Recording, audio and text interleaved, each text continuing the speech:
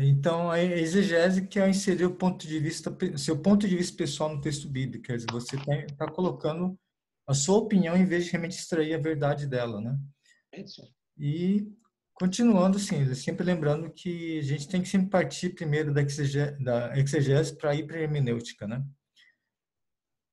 Então, esses temas eu vou retomar ainda nessas aulas, tá? Então, qual o desafio que nós temos em relação à interpretação das epístolas, né, das cartas? É a questão da relatividade cultural. O que isso quer dizer? A grande questão é que fica são algumas perguntas. O que é cultural, no caso? O que pertence ao primeiro século, né? E outra pergunta, o que transcende a cultura? Por exemplo, o que não é cultural? O que, por exemplo, é algo que é válido para todos nós hoje? Então, esse é o grande dilema que nós temos sobre a interpretação das epístolas, né? O que é cultural e o que é realmente algo que vale para tudo, né? Por exemplo, o que é uma verdade cultural e o que é uma verdade que é universal, que é aplicada para todos. Então, esse é o grande dilema que nós temos na interpretação das cartas, né? Das epístolas. Dando exemplo, é a questão do uso de véu para as mulheres, né? O uso de véu é algo cultural ou é algo que se aplica para nós hoje, né? No caso para as mulheres, né? Então, essa é uma questão, né? Que gera alguns desafios de interpretação. Então, algumas dificuldades da hermenêutica, que é, lembrando que é o quê?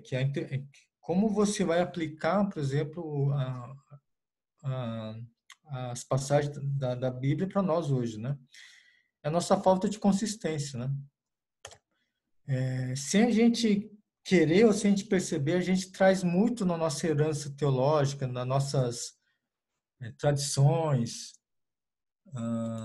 nossas normas culturais, nossas preocupações quando a gente lê a Bíblia. A gente traz uma bagagem cultural, uma visão de mundo, já quando a gente vai para a palavra de Deus. Então, isso, se a gente não tomar um certo cuidado, isso vai atrapalhar a nossa leitura da Bíblia, nossa interpretação da Bíblia, né? Só dar um exemplo, vocês sabiam que a Bíblia estabelece o primeiro outdoor, né? No mundo, né? Então, vocês podem ir lá em Abacuque 2:2. Então o Senhor me respondeu e disse: Escreve a visão e torne-a bem legível sobre tábuas, para que a possa ler quem passa correndo. Então, primeiro outdoor está na Bíblia, né? Acho que é uma brincadeira, tá? Então, sobre duas regras básicas sobre a questão da hermenêutica, né? Então, um texto ele não pode significar aquilo que nunca poderia ter significado para seu autor ou seus leitores. Quer dizer, então que você não o que está no texto bíblico ele não pode ser diferente para nós no sentido do que significou para as pessoas na época, né? Então, esse é um ponto, uma regra, né? Então, a gente tem que fazer a nossa exegese tentando sempre buscar realmente o que a palavra de Deus significou para eles, né? Voltando àqueles pontos que eu falei anteriormente, né? Então, a gente precisa descobrir os princípios que estão embutidos na passagem.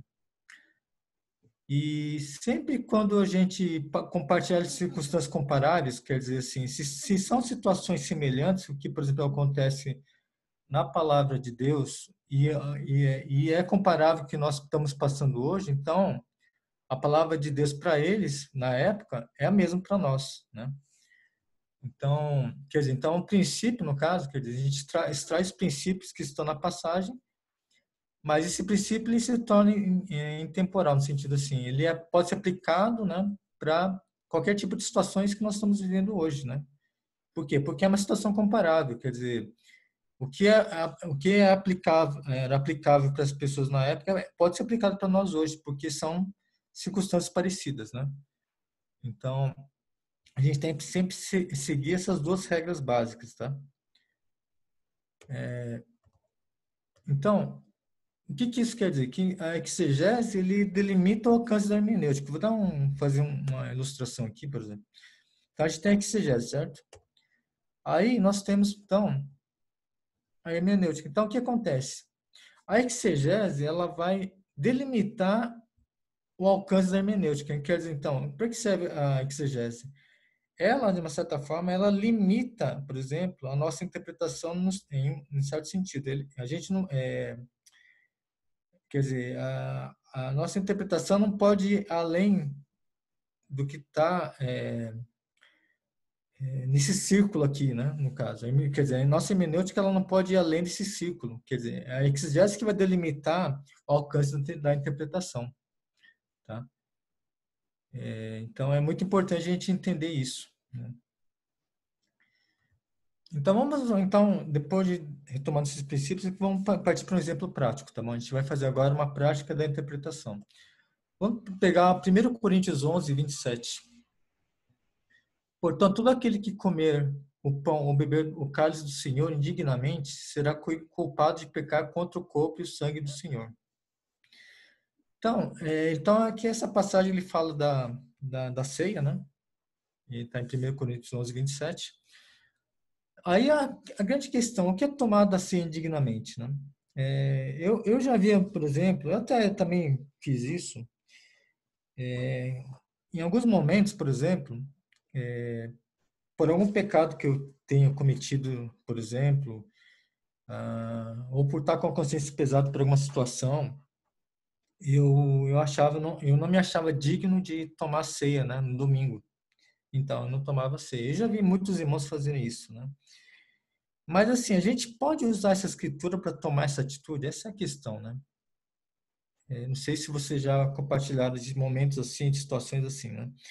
Então, eu queria fazer então um exercício de interpretação com base nessa escritura, tá bom? Então, a gente vai fazer esse passo a passo agora. Então, primeiro, a gente precisa, então, a primeira coisa é pegar o contexto histórico geral, né? Lembrando da igreja de Corinto, né? Então, a carta é endereçada aos coríntios, então, como era a igreja de Corinto, né? Então, retomando que era uma cidade relativamente jovem, era uma metrópole, uma das maiores cidades na época, né? Porque ele estava no ponto estratégico, né? Para fins comerciais, era praticamente um porto, né? Onde rolava muito um comércio e pessoas de várias partes do mundo. Uma cidade muito religiosa, com vários templos, né? E muito conhecido pela sensualidade também. Então, assim, numa cidade portuária, a gente entende bem o porquê.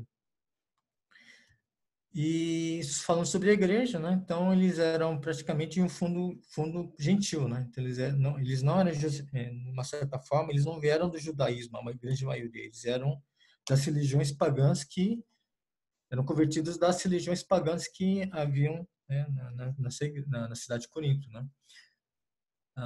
Então eles tinham uma predileção grande pela sabedoria, pelo conhecimento, eles gostavam de discutir, eles tinham às vezes até uma arrogância, né, do conhecimento, né? Então, por isso, de uma certa forma, eles não tinham um bom relacionamento com Paulo, eles questionavam Paulo a respeito de vários pontos, né? Eles questionavam a autoridade de Paulo como apóstolo, né? E então também haviam grandes problemas internos, espirituais também, no sentido que, justamente por todo esse contexto, né? ah, Havia problemas de divisões, havia problemas, por exemplo, de imoralidade, havia problemas de ordem no culto. Então, várias situações que estavam presentes na igreja de Corinto, né? Então, justamente a carta de Paulo é justamente de Corinto, 1 Coríntios, justamente para responder algumas questões que estavam acontecendo na igreja de Corinto, né? Então, a atitude de Paulo nesse sentido sempre vai ser de repreensão, apelo, exortação ou correção, né? Sempre vai ser nesse sentido, né?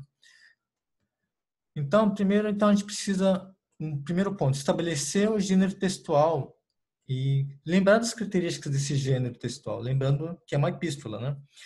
Então, lembrando retomando a da semana passada que a epístolas são textos ocasionais, né? Geralmente são escritos para responder a uma determinada questão, uma situação, lembrando da teologia da tarefa, né? Então, eles respondem a cartas que foram recebidas por Paulo, mas a gente não tem mais acesso a essas cartas, né? Então, por isso, nesse sentido, que tem muito a ver com questões culturais, são questões muito específicas, né? Então, por exemplo, então a gente não pode ser muito categórico em alguns assuntos, né? Então, justamente porque a gente não tem o total domínio de conhecimento sobre o que acontecia na época, a gente pode fazer um trabalho bem, tentando ser bem preciso em relação a- ao contexto, né? A gente precisa fazer esse exercício de contextualizar as passagens da carta, né? Então, sempre lembrando que são situações específicas, né, em relação ao contexto da época, né? Mas se a gente compreender tudo claramente esse contexto, então a gente pode aplicar, por exemplo, as passagens da escritura para o nosso dia a dia, tá? Que é a questão da hermenêutica, né? Então, só antes de continuar, acho que é só lembrar uma coisa, retomar um ponto, assim, que, por exemplo, esse exercício de interpretação, isso não quer dizer que você tem que fazer isso em todos os momentos. Ah, eu vou fazer meu tempo com Deus e eu vou fazer esse exercício de interpretação, pegar todos os passos, né? Ah, você não quer dizer exatamente que você precisa fazer isso em todas as situações, tá? Por exemplo, as situações no qual você vai fazer uma ceia, por exemplo, uma oferta, você vai fazer um bate-papo, você vai fazer uma pregação, por exemplo. Isso vai exigir realmente todo um trabalho de interpretação e realmente seguir os passos que eu vou delimitar aqui, né? Mas não quer dizer que em todos os momentos você tem que ficar preso a esse modelo, tá bom? É isso que eu só queria aliviar um pouco isso, né? Que necessariamente você não precisa aplicar tudo isso em todos os momentos, tá? Lógico, você tem que levar esses princípios com você, e tomar todos os cuidados, tá? Mas não tenta aplicar isso em todo momento, tá? Porque senão a coisa fica um pouco infrutífera, tá? Então, só retomando, então você tem que fazer um estudo sobre o livro, né? O livro a qual a passagem pertence, não? Então, fazendo esse estudo, a gente vai entender que 1 Coríntios ele foi escrito em 55 depois de Cristo, no final de 3 anos de estadia de Paulo em Éfeso, né? Então, quando Paulo escreveu essa carta, ele estava em Éfeso, tá? E então a igreja de Corinto foi fundada por Paulo em 50 anos depois de Cristo. Você vai ver isso em Atos 18:11, né? E ele fundou essa igreja com Priscila e Áquila. Então ele ficou lá por cerca de 18 meses, né? É uma igreja grande e ele também brigava muitos escravos, também membros que eram extremamente pobres, mas também havia muitos membros que eram ricos, né? Então havia era uma igreja que tinha vários contrastes, né? Então a gente tem que sempre entender isso, né? Fazendo esse estudo da carta, do contexto da carta, a gente vai pegando essas informações para a gente poder ter uma visão geral, né, de como essa carta foi escrita, por que essa carta foi escrita, qual o sentido de algumas passagens, né? Então sempre a gente tem que sempre retomar, né, esse contexto, né? Aí a gente tem que fazer então a separação por blocos de assunto que compõem o livro ou a carta, né, no caso. Lembrando assim, sempre bom a gente ler a carta por inteiro e fazemos assim, essa separação por blocos, né, no caso, por blocos de assunto, né? Então você vê que no bloco um, por exemplo, você vai ver, assim, a gente pode separar essa carta em dois blocos principais. O bloco um seria a divisão e escândalo na igreja de Corinto, né? Que Paulo vai responder essas questões no primeiro momento. E no segundo momento, ele vai começar a responder a algumas consultas feitas pela igreja, né, na carta anterior que foi enviada para ele. Então, quais são alguns assuntos que ele vai tratar nesse bloco 2? Que é a questão do matrimônio, questão do alimento a ídolos, a questão do desordem no culto público. Então, a questão da ceia que eu estava falando em 1 Coríntios 11, né, 27, ele pertence a esse bloco, nessa questão esse assunto do desordem no culto público, né? A questão dos dons espirituais, que é capítulos 12 a 14, a questão da ressurreição, e depois ele vai tratar das saudações, né? Então, sempre lembrar da estrutura geral da carta, né? Então, de que maneira, por exemplo, a gente retomar, por exemplo, os blocos de assunto Na aula passada eu fiz aquela separação clara de blocos, né? Então, fazer sempre esse exercício de separação por blocos, né? Por blocos de assuntos. E tomando cuidado, lembrando, tomar cuidado com os capítulos, tá? Porque geralmente os capítulos eles não delimitam os assuntos, né? Tem que tomar esse cuidado. Então, aí a gente vai ver o contexto imediato, né? Então, a gente delimita a passagem, por exemplo. A gente vê, tem a visão geral da carta, então a gente vai começar a delimitar a passagem. Em qual parágrafo essa passagem está localizada? Então, lembrando, né, que às vezes, por exemplo, o assunto ele invade os parágrafos, os capítulos, né? Então, a gente tem que delimitar bem essa parte. Então, no caso específico de primeiro, daquela passagem que eu vi, que a gente está vendo, então, ele está delimitado nessa parte aqui, 1 Coríntios 11, 17 a 34, tá bom? Então, a gente, no primeiro momento, a gente tem que então, delimitar justamente essa passagem, né? Qual parágrafo, o bloco de assuntos que ele tá presente, né? E ele, então, sempre lembrar a teologia da tarefa, né? Então, lembrando que na teologia da tarefa que Paulo usa nas cartas, ele não esgota todo o assunto, né? Ele busca, na verdade, lidar com uma situação que gerou a abordagem da carta, né? Continuando com o contexto imediato, então, uma coisa interessante é utilizar uma Bíblia que separe por parágrafos, tá? Então, a Bíblia de Jerusalém, por exemplo, ela faz isso. A Nova Tradução Linguagem de hoje também faz isso, tá? A Bíblia de Jerusalém, ela é conhecida por ser uma boa tradução, tá? Uma Bíblia, ela é católica, tá? Mas ela apresenta uma boa tradução, tá? Então, pode ser uma sugestão também, tomando todos os cuidados em relação também à parte que ela pode ser tendenciosa, né? Mas uma boa tradução e ela separa por parágrafos, tá? Então 1 Coríntios 11, 17 e 74, ele está em 4 parágrafos. Então, se você observar o contexto imediato desse bloco, esses 4 parágrafos, ele está relacionado com as divisões da igreja, né? Então, a partir do versículo 17, então, Paulo está repreendendo os membros daquela igreja pela maneira indigna como participam da ceia. Então, o que está acontecendo nessa passagem é que havia justamente por haver essa diferença de classes sociais entre membros ricos e membros pobres, né? Então, o que estava acontecendo é que estava havendo uma acepção de pessoas, né? Havia uma situação de egoísmo, quer dizer, como a ceia na época era realmente uma refeição, não era como a gente toma hoje a ceia, né? Nos copinhos, naqueles pedaços de pão sem fermento, na verdade era uma refeição. Então, realmente as pessoas, elas quando tomavam a ceia, era uma refeição mesmo, né?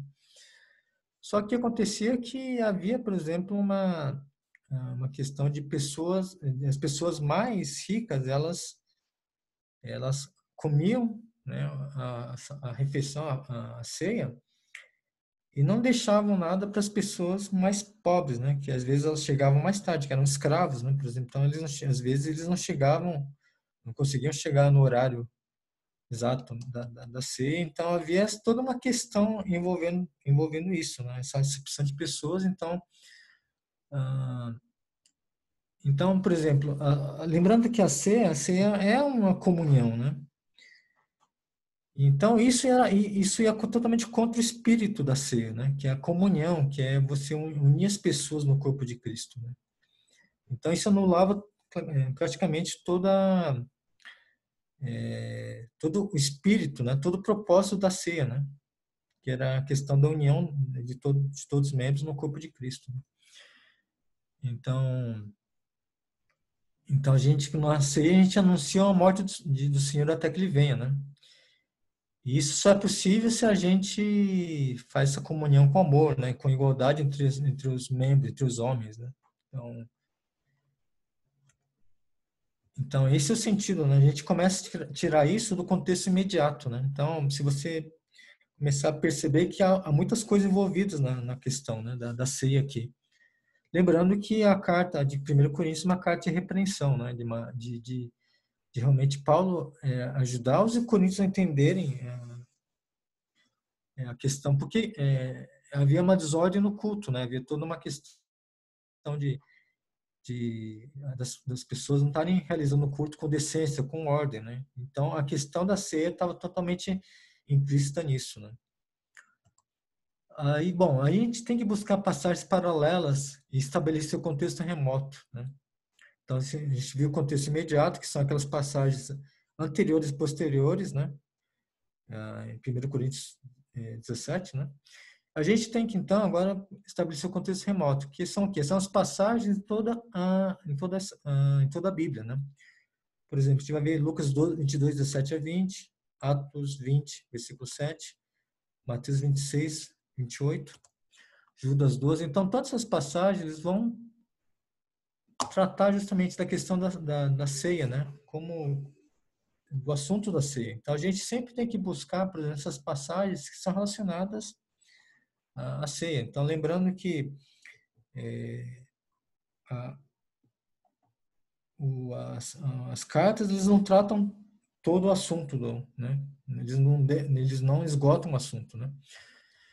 Então, só para lembrar, por exemplo, nessas passagens dos evangelhos que trata da ceia, então, e lembrando daquela questão, bom, o que é tomar indignamente? Será que tem a ver com eu estar em pecado quando eu tomo a ceia?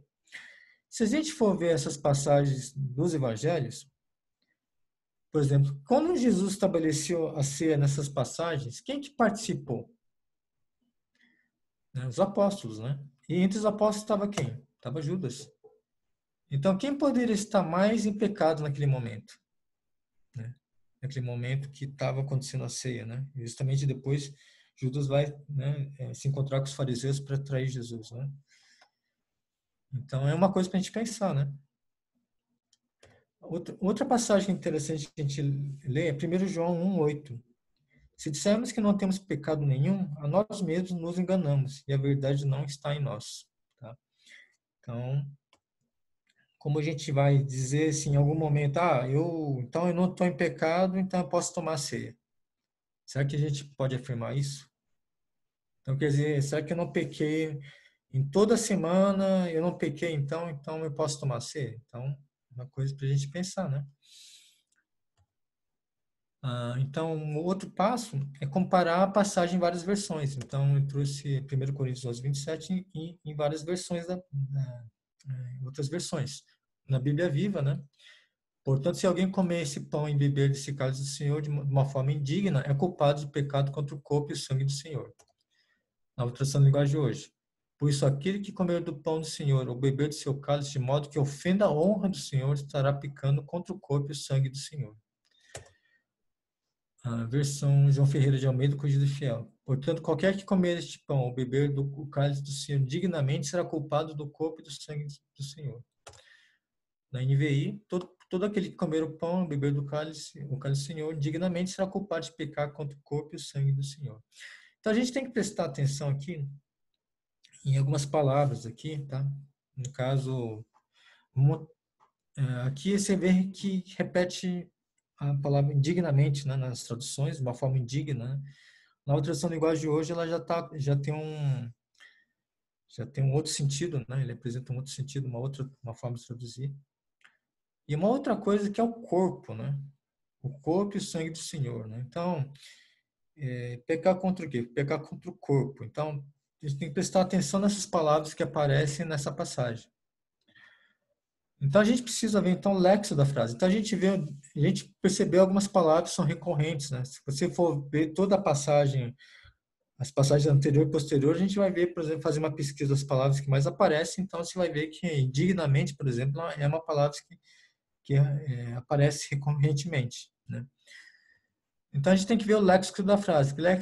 Léxico é o quê? É o significado da frase, tá? É o significado da palavra, né? Então, entender, por exemplo, aí entra uma questão um pouco da língua, do estudo de línguas, que é o quê? Que é o léxico, que é a sintaxe, né? Quer dizer, você entender, por exemplo, o significado da palavra entender também as relações que essa palavra tem no contexto da oração. Então, retomando um pouco de língua portuguesa para vocês, né? Então, a gente lembra, sempre lembrar, pessoal, que assim, que quando a gente for estudar o léxico das palavras, a questão das palavras na Bíblia, é interessante a gente pegar a Bíblia em português, sim, é interessante, mas ela por si só, a dicionário em português, ela não é suficiente para às vezes para dar um sentido, né, de uma palavra. Às vezes ela pode dar tem um outro sentido, né? Então a gente tem que tomar um certo cuidado. E logicamente que a gente não entende o grego, a gente não sabe o grego, né? Mas nesse sentido é interessante pegar alguns dicionários em gregos, né? Se você quer fazer realmente um estudo mais aprofundado, a gente pegar, por exemplo, alguns dicionários em grego, dicionários bíblicos em grego, né? Então, tem alguns livros que fazem isso, né? Que temos isso. Então, por exemplo, que vai ser, vamos concentrar no indignamente, né? Então, no grego é anaxios, né? Então, realmente, se você for no dicionário do grego, né? No caso aqui no Strongs, né? Strongs é uma certa um dicionário que traz muito conhecido, na verdade assim acessível na internet, tá? Que você pode fazer essa pesquisa, né? E encontrar a palavra, o significado da palavra no grego. Então, realmente a palavra anaxis tem o sentido indignamente, né? Ou irreverentemente, né? Irreverentemente, né? Ah, tem um outro chamado tire também, tá? Então, anaxis também ele coloca de uma maneira indigna, né? Então, essa palavra anaxis, ele aparece duas vezes, em 1 Coríntios 11, 27 e 1 Coríntios 11, 29. Né? Então, aqui, na verdade, está na nova tradução linguagem de hoje. Né? Então, é interessante, ó, 27. Quem comer do pão do Senhor ou beber do seu cálice de modo que ofenda a honra do Senhor, no 1 Coríntios 11, 29. A pessoa que comer do pão ou beber do cálice sem reconhecer que se trata do corpo do Senhor, estará sendo julgada a comer e beber. Tá? Então, a gente tem que lembrar que, no caso, retomando um pouco da língua portuguesa, que indignamente é um advérbio. Né? Então, o advérbio, qual a função do advérbio? O advérbio, tá? Aí eu vou entrar um pouco na questão da língua portuguesa, sei que é meio chato muitas vezes, tá? Mas assim, o advérbio ele se refere ao verbo, não ao substantivo, tá bom? Então, o advérbio ele modifica, por exemplo, não o substantivo, por exemplo, a pessoa, ele modifica o verbo ou a ação. Né? Então, isso está referindo aqui, o ato de tomar a ceia, não com a pessoa em si. Tá? Então, esse é o sentido de a gente entender o que é indignamente, quer dizer, é um advérbio. Né? Ele se refere ao, que? Ao ato de tomar a ceia, é a ação, né? Não a pessoa em si. Então, justamente só retomando aqueles pontos anteriores, ele está falando justamente de que tomar a ceia da forma como os coríntios estavam fazendo, quer dizer o quê? De ferir o princípio, né? Ferir o propósito da ceia, que era justamente de ter comunhão e não fazer acepção de pessoas, né? Então a gente começa a ver um pouco qual é o sentido que está sendo tomado em relação a 1 Coríntios 11, 27, tá? Que se a gente ler de uma forma isolada essa passagem, a gente vai achar que, por exemplo, está referindo o quê? A você mesmo, assim, ao fato de eu ter pecado, né? Pecado contra o corpo, né? Mas se você começar a ver, por exemplo, todo esse trabalho de passo a passo, a gente vai ver que, na verdade, que não é bem isso, né? Então, outro ponto que é interessante a gente entender, por exemplo, é a questão do corpo, né? O que é o corpo? O que ele se refere aqui?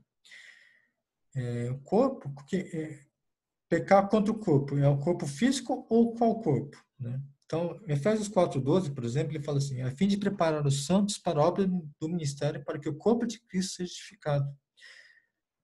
Corpo, no caso, no grego é soma, né? Quer dizer, então, na verdade, se você começar, você ver o contexto, na verdade, ele está falando sobre a questão em 1 Coríntios 11, 27, ao corpo, não é o corpo físico da pessoa, é o corpo de Cristo, né? É a igreja, né? Que ele está tratando, né?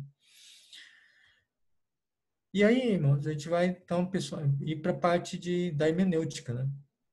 Então, lembrando que a gente fez esse trabalho de exegese, tá? Não é, assim, logicamente, a exegese, se a gente for fazer de uma forma muito técnica, vai mais do que isso, tá? Envolve mais elementos, tá? Então, não é um trabalho, isso aqui não é uma demonstração técnica do trabalho, assim, é só uma amostra, tá? Mas, assim, aí a gente vai ver, então, agora, e para hermenêutica, a gente fez a exegese, então, a gente tem que ver como isso se aplica, né? Para nós hoje. Lembrando, a exegese, ele delimita, por exemplo, o campo da interpretação, assim, até onde a gente pode ir, né? E aí, a gente, estabelecendo a exegese, entendendo, por exemplo, como é que os coríntios eles entendiam essa passagem, como isso ficava claro para eles, aí sim a gente pode ir para a hermenêutica, que é como isso vai ser aplicado para nós hoje, tá? Então, o que essa passagem significa para nós? Então, a gente interpretar essa passagem como impedimento para tomarmos a ceia, por estarmos em pecado, está indo além do que a passagem estabelece, né? O que essa passagem estabelece? A centralidade da ceia na vida dos cristãos, ou seja, assim, como a ceia é um dos pontos, é um ponto centrais do cristianismo, né? Como posso dizer, é um termo que a gente usa que eu esqueci o termo, tá? Mas é um dos pontos centrais, né? Aqueles pontos. Bom, é um dos pontos, né? A ceia é um deles, o batismo não é também, então, a comunhão e a ceia têm sentido para nós se estamos nos esforçando para estarmos unidos, para servir uns aos outros. Tá? Então, o princípio que a gente observa aqui que é a maneira como a ceia é realizada importa para torná-la digna ou não. Tá? Então, são alguns pontos que eu queria estabelecer, tá bom? Justamente para a gente entender como isso pode ser aplicado para nós hoje. Né? Então, e é assim, logicamente que vai ter outras questões. Eu não, por exemplo, não entrei na questão da ceia aberta, ceia fechada, né? Quem pode tomar ceia, se só um cristão pode tomar ceia, uma pessoa que não é cristã deve tomar. Eu não entrei nesses pontos, tá? Porque a passagem ele não vai tratar dessas questões, tá bom? Em específico em 1 Coríntios 11:27, tá?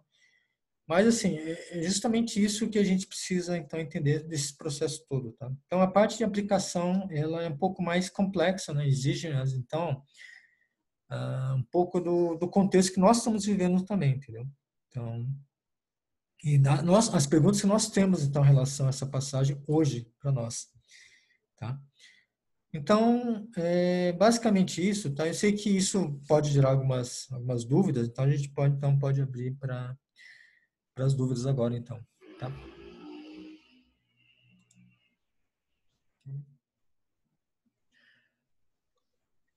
Bom, gente, Você então tá falou, aberto para as dúvidas, então. só para falar, é sacramentos. Sacramentos, isso, exatamente. Obrigado. Minha memória não anda muito boa, não.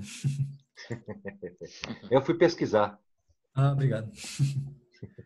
Eu tenho uma Então, dúvida. Primeiro, pessoal, obrigado pela aula. Eu tenho uma sim, dúvida que é sobre o Lexo, que eu fui pesquisar esses dois que você falou, Strongs e Tire, eles são em inglês, né? sim, Tem algum em português, assim, ou tem. essas ferramentas são mais em inglês mesmo? Não, tem em português, sim. Tá? É que esse Tire e o Strong, como eles já são muito difundidos, né? Então, de certa forma, é mais fácil a gente pegar pegar eles na internet, tá? E são bons, né? Não são ruins. Mas tem em português, sim. Tá? Tem em português, sim. Eu ia até mostrar, mas eu não consigo pegar agora na biblioteca, não. Mas eu posso depois, na próxima aula, eu posso trazer para vocês verem, tá bem? Então, não sei se deu para pegar um pouco do processo, ficou claro, deu para pegar uma ideia de como fazer esse trabalho, né? Ele não é completo, tá? Não é um trabalho completo, tá? Peguei alguns elementos principais, tá? E envolve mais do que isso, mas acho que já dá para ter uma boa ideia do como é, né?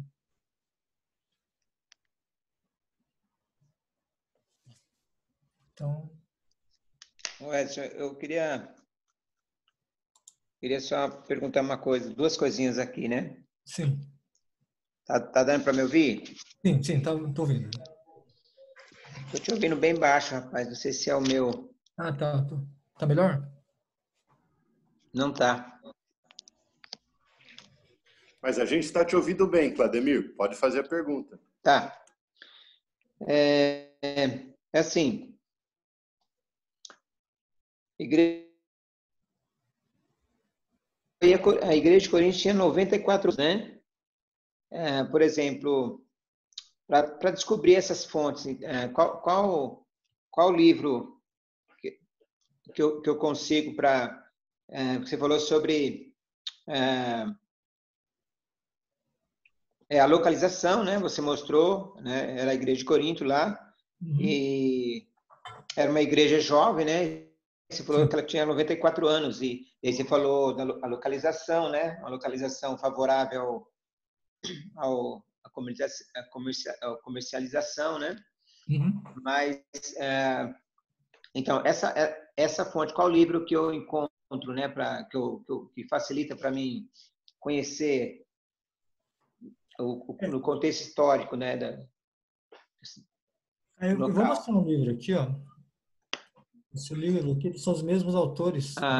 Como Esse é um ler bom a livro, Bíblia? tá? Que você falou na Tem outros livros também, primeira que aula, tem alguns certo? comentários também que são interessantes, tá? Tem alguns comentários que eu comentei que são tendenciosos, tá? Então, tem que tomar um certo cuidado, mas tem comentários bons também que eles trazem essa questão do contexto, né? Tem, se não me engano, tem um Certo. manual da Bíblia, que traz muitos... A Thompson, por exemplo, a Bíblia Thompson, ela traz alguns elementos interessantes. Então, você pode usar a Bíblia Thompson também. Tem o Uhum. manual da Bíblia também, se não me engano, não sei se é esse o nome, mas é um bom livro que traz toda essa questão do contexto, tá? Traz toda essa contextualização, é bem interessante, tá? Viu, Edson? Sim. Clodomir estava olhando aqui, introduções à Bíblia. Por exemplo, ó, isso daqui chama Introdução de Atos a Apocalipse. Então, o livro de Coríntios, a Corinto, né, as cartas a Corinto estão contempladas aqui. Então, essas introduções são boas. Ó. Esse daqui Introdução de Atos. de Atos a Apocalipse. É um livro que foi publicado recentemente. Então, ele considera dados de estudos anteriores e traz dados mais recentes, né? Descobertas arqueológicas, dados históricos relevantes. Então, essas introduções, essa daqui já é uma introdução mais antiga, mas é uma Uhum. introdução do Novo Testamento, de um cara Uhum. chamado Carson. Dá para ver aí, Carson, Uhum. que também traz bastante dados interessantes. O legal é que às vezes você compara, né? O que às vezes uma introdução vai falar da igreja de Corinto não traz aspectos diferentes do que é tratado em outra introdução. Então, o legal é realmente a gente, quanto mais lê, quanto mais se familiariza, quanto mais vai pesquisando, encontrando. O Luiz perguntou sobre léxico. Tem esse dicionário aqui do Novo Testamento, de um cara chamado Rusconi. Tem dicionários mais simples, esse é um pouquinho mais rebuscado, mas é uma referência muito boa, assim, porque é em Uhum. português, né? Você encontra ali todas as explicações, as definições em português. Então, só para dar algumas ideias para vocês, né, de que existem materiais muito bons que a gente pode estar recorrendo para conhecer, né, fazer esse estudo de exegese, que é um mergulho no mundo dos apóstolos, das primeiras comunidades cristãs.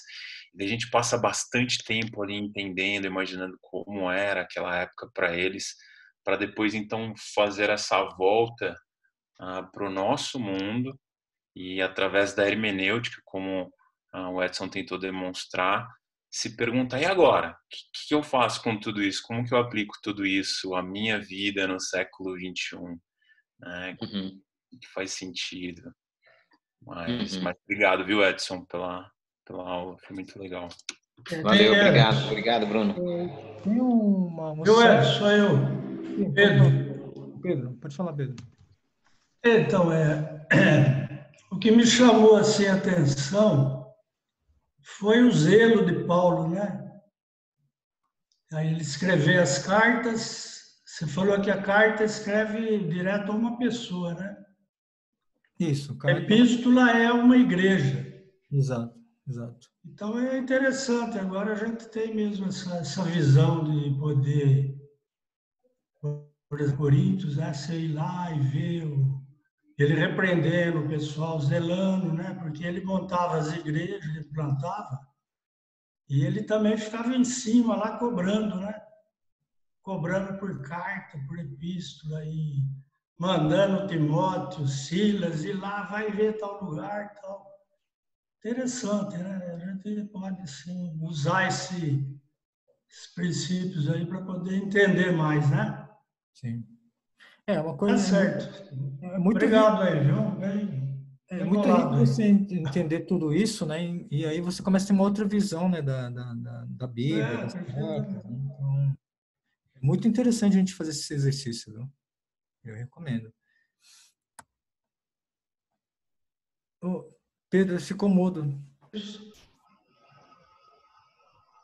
Ui, desculpa, eu não entendi o que você falou da última vez. Não, então, a gente vê ele cobrando lá o pessoal para, né, tá tendo zelo pela fé, pela Igreja de Cristo, né? Até hoje eu estava comentando com a minha esposa, o que está abrindo de igreja, aí cada esquina tem uma igreja, né? Mas eu acho que isso aí banaliza, né? Pô, é tão fácil abrir uma igreja, mas não pode ser assim, né? Uma igreja tem que tem que ter um padrão bíblico ali. A turma abre igreja em qualquer lugar agora e ninguém fala nada, o governo não fala nada, vai. Isso aí tá estranho, né? É aquela coisa, né? A gente faz a hermenêutica antes da exegese, né? Então, aí qualquer coisa serve, né? Então, qualquer interpretação serve. Então, isso é um problema. Banaliza, dá a impressão que é um negócio, né? Virou negócio. A gente tem vários exemplos. Hoje mesmo eu vi um exemplo, bom, acho que não vou comentar, mas assim, hoje mesmo eu vi uma questão de interpretação que é um absurdo, né? É a questão dos 300, né? Os 300 lá, que a gente está vendo na parte política aí. Depois vocês fazerem uma pesquisa, vocês vão entender. Fazendo pesquisa no Google aí, vocês vão entender qual foi a interpretação que foi dada aos 300 lá em Brasília. Tá? Acho que não é o ponto agora aqui, né? Mas... Então, meio que a Bíblia acaba sendo usada para tudo, né? Tipo, justificar tudo. Não é assim, né? Não deve ser assim. Oi, Edson, eu quero agradecer por essas aulas.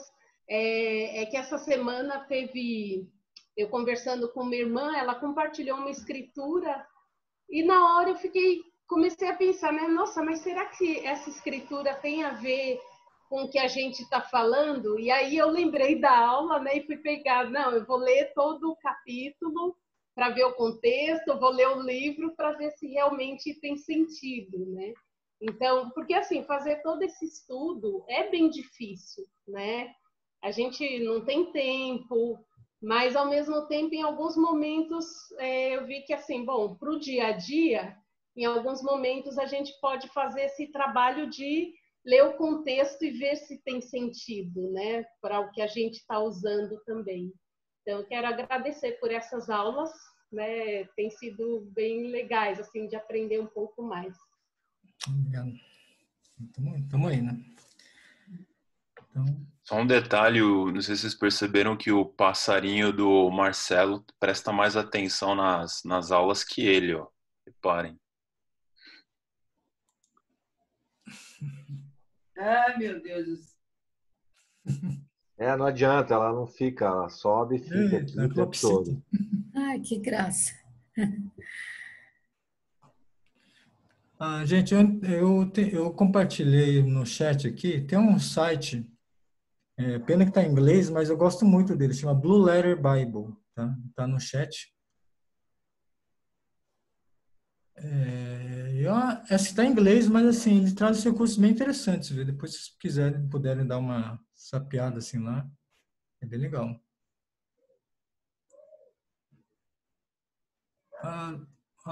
Antônio, meus pesos pro sermão, viu? Eu fiquei sabendo, viu?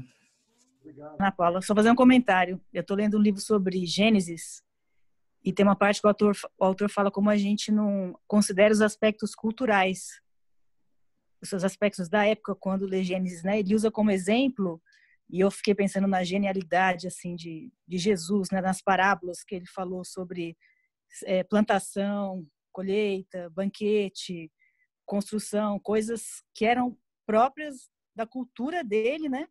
Mas que são totalmente, a gente consegue entender simples, né? Assim, como o aspecto cultural não comprometeu a mensagem dele, né?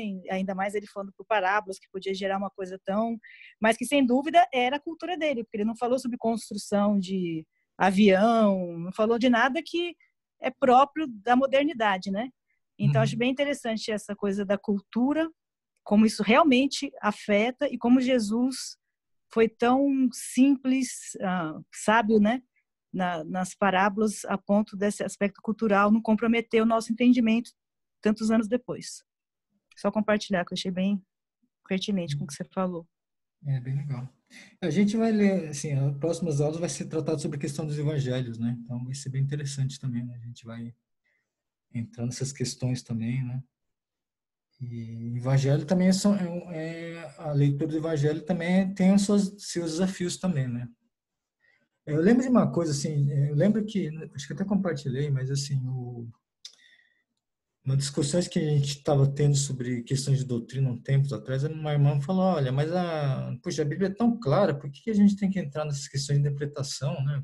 Tá claro, tá evidente e tal, né? Lógico, alguns pontos são muito claros, evidentes, né? Que é a questão, por exemplo, que os princípios são praticados, que se os princípios elas são compatíveis, né, da época com a gente, realmente, então os princípios são claros para nós, né? Mas nem todos são assim, né? Então, essa distância cultural que a gente tem que realmente levar em conta, né? Sempre vai trazer um pouco de distorção para o nosso entendimento, né? Então, a gente tem que pensar muito nisso aí, né? E eu acho que isso é importante também quando a gente discute com as pessoas até mais jovens, né, sobre questões como escravidão, papel da mulher, né? Parece umas coisas tão não cristãs, né? Mas, na verdade, os avanços que isso representava, que o cristianismo representou em relação aos outros povos, em relação à época, né? Acho bem importante. Se você for pensar em termos de Jesus, por exemplo, ele falava na época, né, a gente tem essa vivência na Bíblia, a gente sabe, mas Jesus, quando as pessoas não falavam com as mulheres, os homens não falavam com as mulheres, Jesus foi falar com a mulher samaritana, né? Que no caso ela era mulher, mas também era samaritana que os judeus desprezavam, né? Então, aí você começa e tinha uma vida totalmente fora, né, dos padrões, né, judaicos, né? Então, você vê que já mostra muita coisa no comportamento de Jesus, né? Sim. E também, por exemplo, as crianças, por exemplo, elas não eram consideradas na época, né, de Jesus, né? E aí Jesus também ele vai e chama as crianças para perto, né? Então, outro ponto, né? Sim. Então, o que Jesus traz é muito avanço, né, em relação à época, né? Só aproveitando, Edson, a Ana trouxe essa questão das parábolas e só assim, para jogar um pouquinho de fermento aí no bolo da escola bíblica, todos vocês conhecem o James Schutz? Vocês lembram do James Schutz, que foi um dos missionários que veio para a igreja de São Paulo, né? No segundo semestre, em agosto, ele vai fazer uma série para a gente aqui na Escola Bíblica falando justamente de parábolas. Uhul! Uau! Legal. Como que a gente pode estudar as parábolas de Jesus. Então, a gente tem um percurso até lá, né? A gente tem algumas aulas, né? O Edson está fazendo uma série dele, a gente vai ter mais um irmão, mas só para vocês se animarem aí e continuarem participando, porque tem muita coisa boa vindo pela frente também. Tá bom. Bom, gente, alguém tem alguma dúvida, alguma questão? Não sei se ficou claro o processo, deu para entender? Tá. Ficou. Bom.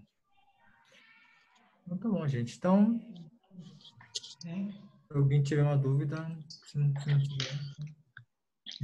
Edson, na verdade, assim, a gente, na verdade, é um assunto bastante difícil, né, para poder entender com clareza e tal. E com certeza eu vou precisar dar uma esmiuçada bem boa para ter mais clareza e talvez aqui surgir alguma pergunta assim, né? Algo que eu também ia te perguntar sobre, bom, você não falou, você falou sobre, comentou sobre a ceia, né? A ceia, na verdade, o assunto aqui não fala sobre, bom, quem é que tomava, como você falou, né? Mas hoje, trazendo para os nossos dias, né? Por exemplo, uma criança, né? Sei lá, pré-adolescente, por exemplo, meu filho é pré-adolescente, né? Por exemplo, há alguma restrição em relação a ele tomar a ceia?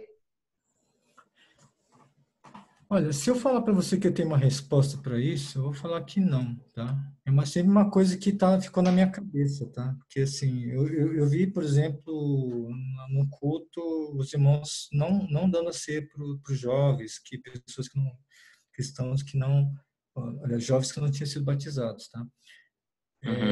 Para mim, essa é uma questão aberta. Eu teria que estudar, fazer um estudo mais profundo para realmente estabelecer, o deve ou não deve, né? Obrigado. Mas, assim, é uma coisa, assim, um desafio para a gente pensar, eu penso, né? Porque, assim, um não cristão, ele deve tomar ceia? Sim. Então, assim, esse assunto da ceia, por exemplo, eu vejo assim, a Bíblia, ela não estabelece claramente, por exemplo, quem deve, assim, você vê que os membros da igreja eles tomam, tá? Você vê isso claramente, tá? Mas há alguma restrição para as pessoas que não são da igreja não tomarem, entendeu? Olha, veja assim, os desafios que a gente tem, por exemplo, a gente está num culto. Aí as pessoas vão falar, não, é pecado uma pessoa que não é cristã. É difícil. Tomar ceia. Mas assim, pecado, mas... então isso implica dizer que a gente não... A gente tem que estar no estágio não pecado também para tomar, né, a ceia, né? Outra coisa, assim, digamos, vamos pensar um exemplo prático no nosso culto. Você tá tomando a ceia. Entra um visitante, por exemplo, de uma igreja, digamos que ele seja até a igreja de Cristo tradicional. Dá um exemplo, tá? Que segue alguns princípios muito parecidos com o nosso. Ele vem visitar a nossa igreja.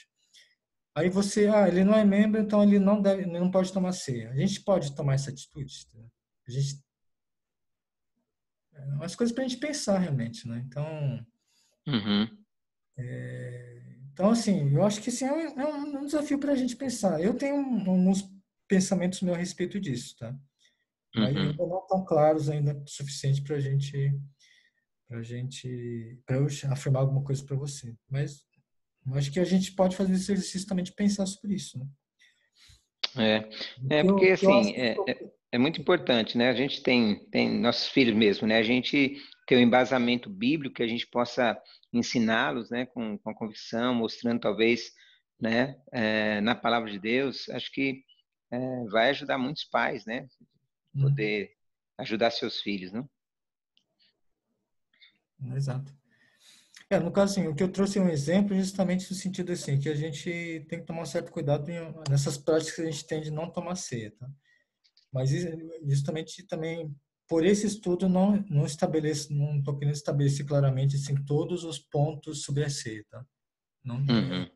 Essa escritura não dá embasamento para isso. Então, a gente tem que estabelecer claramente, a gente tem que fazer um estudo realmente sistemático da questão da ceia, né? Joia. Obrigado, viu? Obrigado, Edson. Pensar, né?